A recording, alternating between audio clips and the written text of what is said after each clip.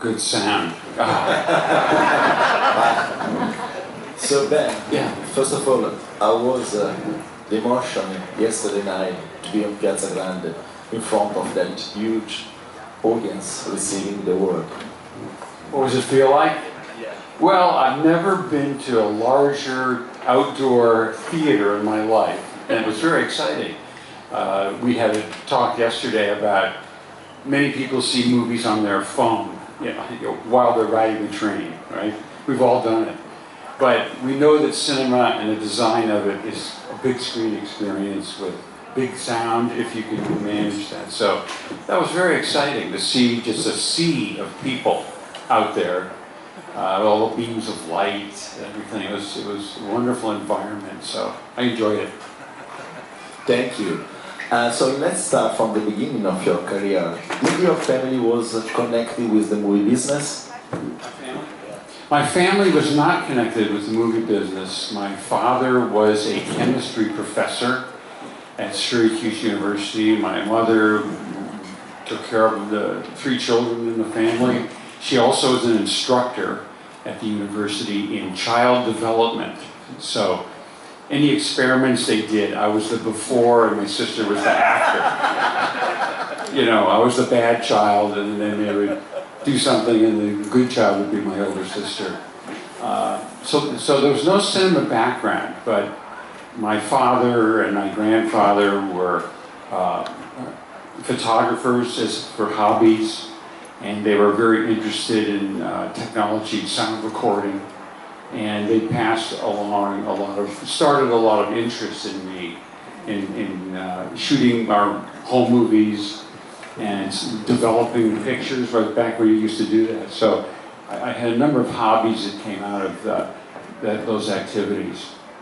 And which movie did you like at the time? Because it was, of course, a great cinema lover from the really beginning, a cinephile. Well, this was the 1950s, and so television was just a little small black and white image. I loved watching space heroes at the time. There was Flash Gordon, and but my parents would take me to the movies, and where you'd have a big screen in color. They would often go to the MGM musicals, and the musicals were so colorful, and there was nothing like that at home. I love the way the movies would begin with a curtain closed and the image would be projected on a curtain, like the Columbia logo, like we see, and the curtain would open up with the grand fanfare of music. And so it was a real show. And that was the movie experience for me, was that wonderful experience with a group of people in a theater and this magnificent window into in a world full of imagination. When you start to make your first short movie, I know that one of them, Yankee Squadron, won also a prize in a student film festival. Yes, I started making films when I was about 10 years old, and I refer to that time period as backyard filmmaking, because you would round your friends up, you would get some, well, for boys, you'd have weapons of some kind, and we'd film ourselves fighting or chasing one another on our bicycles or something like that. Yes, and I made a film. Like I got ambitious in high school and got together and made a World War I aviation war movie called Yankee Squadron. And the entire budget was $150. And that was just for film processing, just to buy the film, send it on. And it was all these airplanes flying in the sky with combat, and we were fortunate. There was a man who owned a lot of old aircraft, had sort of a museum and an airfield, and we drove there. He let us use his airplanes on the ground, and we could walk up to them and climb in and out.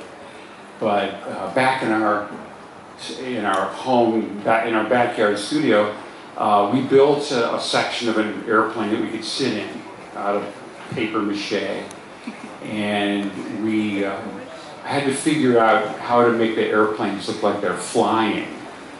And I used this reasoning. I remember swimming in a lake where you go underwater and you could grab the mud and the dirt and make what looked like explosions in the water.